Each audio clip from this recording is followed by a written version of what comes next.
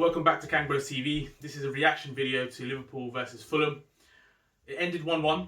The game, first half was, it was dull as anything. Literally right up there. For Liverpool? For Liverpool? Oh, for Liverpool. Yeah. Dead out. For Fulham, they were doing their thing. They packed the middle, and it was really tough for Liverpool to break down. And I just couldn't see anything in terms of creativity. You see Klopp screaming to the sideline saying, "Wake the fuck up!" Because when's the last time you see Klopp shouting that shit? I think do you know what? Yeah, I'm going to jump in straight away on this and say I actually thought Fulham bodied Liverpool in that first half. Like Scott Parker said, listen, training's off this week. Hit the gym. Yeah, all you do is just do bench press for the whole for this week, and from start to finish. Those that look like they were hungry, aggressive. I thought they looked good in wide areas. That their wingers looked like they were tricky, and if we didn't have the best goalkeeper in the world in the sticks, we'd have lost that first half. We could have been 3 or 4-0 down comfortably. So talking about waking up is one thing from Liverpool's perspective. Yeah, get that. But I also sometimes think you do have to give credit where credit is due, because Fulham started the game really well, and I thought, like I said, the tactics wise, they were like, right, we're going to bully this lot. We are going to bully him. The way Mane was just getting dashed about, it was late tackles. Yeah, it's dark arts or whatnot, but fair play. Like, you got to make it work for you when you're down at that end of the table, and I thought they did, and we were. The point, obviously, I'm not happy with it, but at the same time, it's like, we'll take that and just jet out of there, because we do not deserve that. That I agree with. Like, it's not even just Liverpool. If you look at the whole weekend, I'm not just trying to make excuses or everything like that, but if you look at the whole weekend, across Europe, this is what I'm saying. Yeah, it's just messed up results, messed up league tables everywhere. So something is going on. So I know one of the viewers actually mentioned is that we have to talk about the good as well. Like the fact that this is all shit is going on, we're still in the mix. I get all that, and we are doing our best, right? But the thing is, you talk about Fulham, how solid they were, and how they were bullying the Liverpool team, but we weren't helping ourselves. You know, like when you just want the ball to move quicker. You just look. We talk about it in the midfield. The first half, as I said, was a shambles. I can't say any one of the players played well, but you assist it even more, like by moving the ball too slow. And until the second half started, it was only until then Liverpool then got hold of the game, passed the ball around, start moving it around, but. And I think we're very, very lucky to have Mo Salah here at the moment. And someone else asked me about this the other day. They said, do you know how ridiculous it is to say that he's broken Ronaldo's records on certain goals and how quickly he's done it and whatever? And it's just like anything. We do this in this country when it comes to having great players here. We don't appreciate them whilst they're here. We love to put them down. But when they're gone, oh yeah, to be fair, yeah, he was nuts. He was a bad man. Like, you know, even Ronaldo, when he was here, he was still getting cussed for certain things.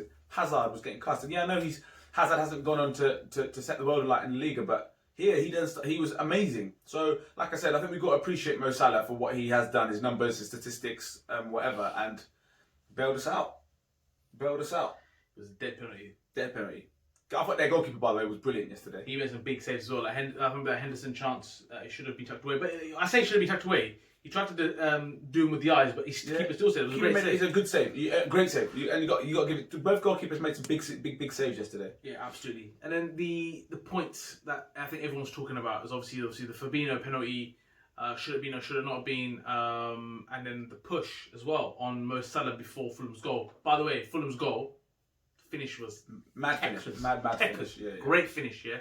And there's no way Alisson is saving that. Yeah, but I don't think there's any keepers. Maybe Kelleher, but Mo Salah push, was that a foul for you? What should have been brought back? I don't know. So this is where, like I said, I've made my points very clear on VAR, and I don't want to keep going on about it all the time. But you find yourself talking about it every time. Now, for me, as soon as he gets the push in his back, if he throws himself to the floor, then it's getting overturned. As far as I'm concerned, that for me is pretty much black and white. If he goes down with the two hands on his back, and he goes down immediately, then he's gonna get the foul.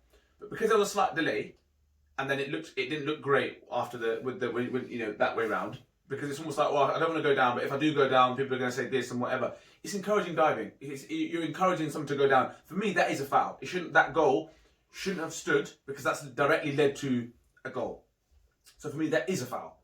So, but I wonder, what gets me is they took almost 6 minutes looking at Fabinho's penalty shout. This one was wrapped up 10 seconds. Move on, keep it moving. Like I said, I'm absolutely done with VAR. I think it's nonsense. I just think it's bullshit. Even Liverpool's penalty, like, yes, they looked at a VAR, it was a handball, they gave it, fine. Fact of the matter is, I'd rather let Mariner make the decision. Let Ole Mariner make that decision. There doesn't need to be anybody else making that decision, because VAR, I'm sorry, once again, you baffle me. And as like I said, people might think I'm being salty or whatever. I'm just being honest. In my opinion, that goal should not have stood. Fulham's goal shouldn't have stood, and that would mean that Liverpool potentially go away with 3 points. So it's another game where a VAR decision had taken points away, if we're being brutally honest. That's just my personal opinion. I know you'd like to be the diplomat, but I'm just being honest in my opinion. So yeah, I mean, I believe also that the shove in the back is, if you look at it, is a blatant push in the back. But the whole thing about now the players don't know if I should dive, if I should fall, because you know you ain't going to get it if you don't dive. That's what's going to your brain there. So it's happened, and your brain's literally going, what should I do now? Should I dive? Should I whatnot? And it should have been taken back. But this is the thing, we're encouraging diving. Just like, I agree with you 100%. But then you talk about VAR, how it does Liverpool. As soon as the Fabinho challenge went in, I was like, just as normal, I was like, you know what? It's going to go against Liverpool because it's Liverpool. But it didn't. So for the first time, the referee went over there, looked at it, and he actually said, nah, it's not. It's a clean tackle. I'm happy with it. And when you look at it in different angles, certain angles, it looked like he clipped his foot. The other angle from behind looks like he's taken the ball well. I think it was the right decision. I didn't think it was a penalty, but... Yeah, I think it wasn't a penalty either. And I think the picture or the camera shot from the behind shows it right. So I think it was a good challenge.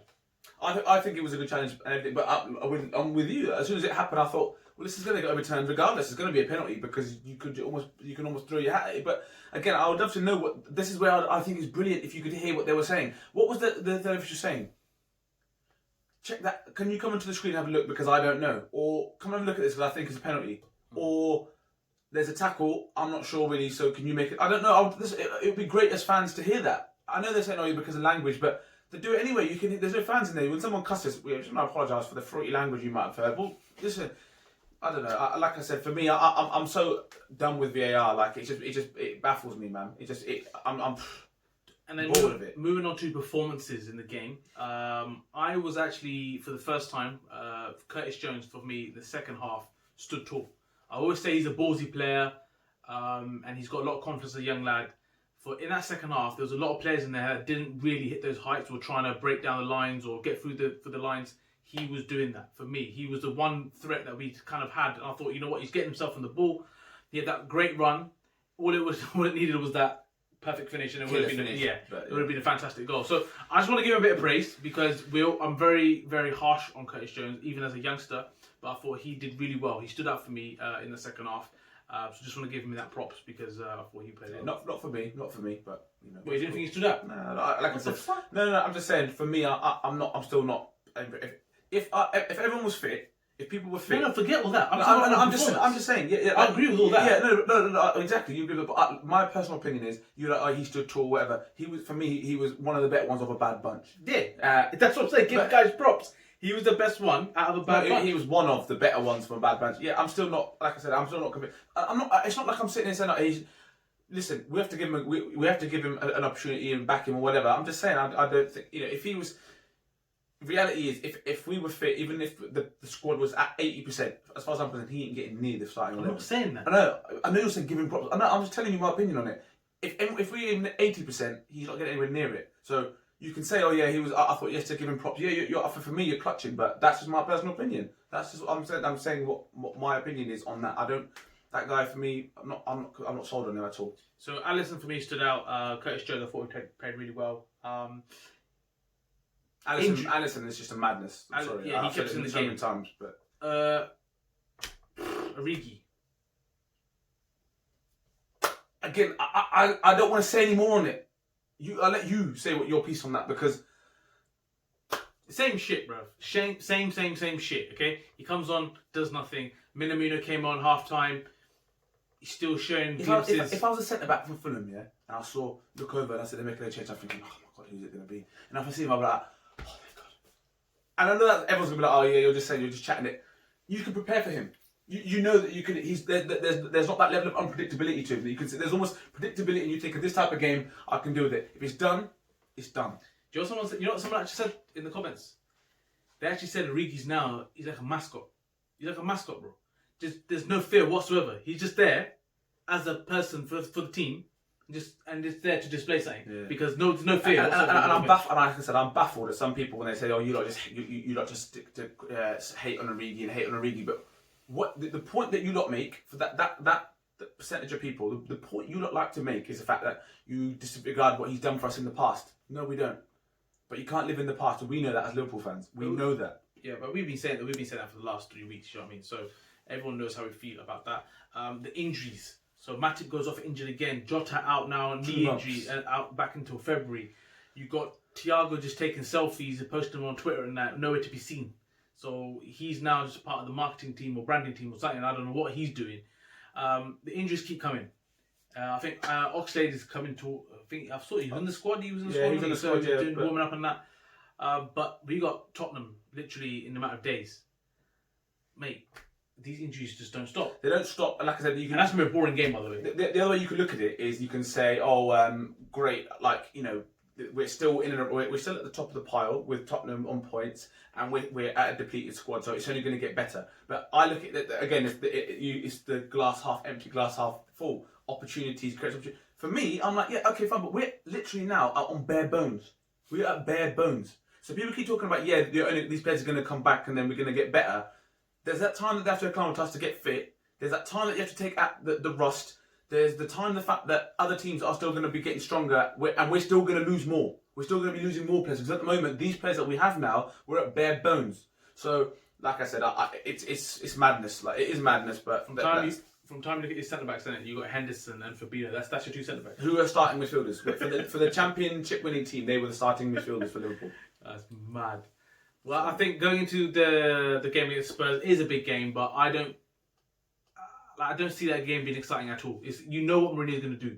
It's going to be a dull affair, and you're going to have to find a way. That's my prediction. And my thought is, if there's ever a time for that Tottenham setup to work, it's now, because Liverpool are frail at the back. There's a lot of frailties. Son and Kane, you know what I mean, versus those centre backs. Whoever's going to play those positions, mate, you're in for a night. That's what I'm saying. And to be honest, like, I know this sounds like I'm being a pessimist, but it could be a Villa all over again, because they could just hit us on the counter every time and score.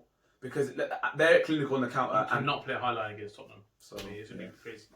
So, man of the match quickly? Alisson, for me. Alisson, yeah, I think go give it to Alisson. His saves were tremendous.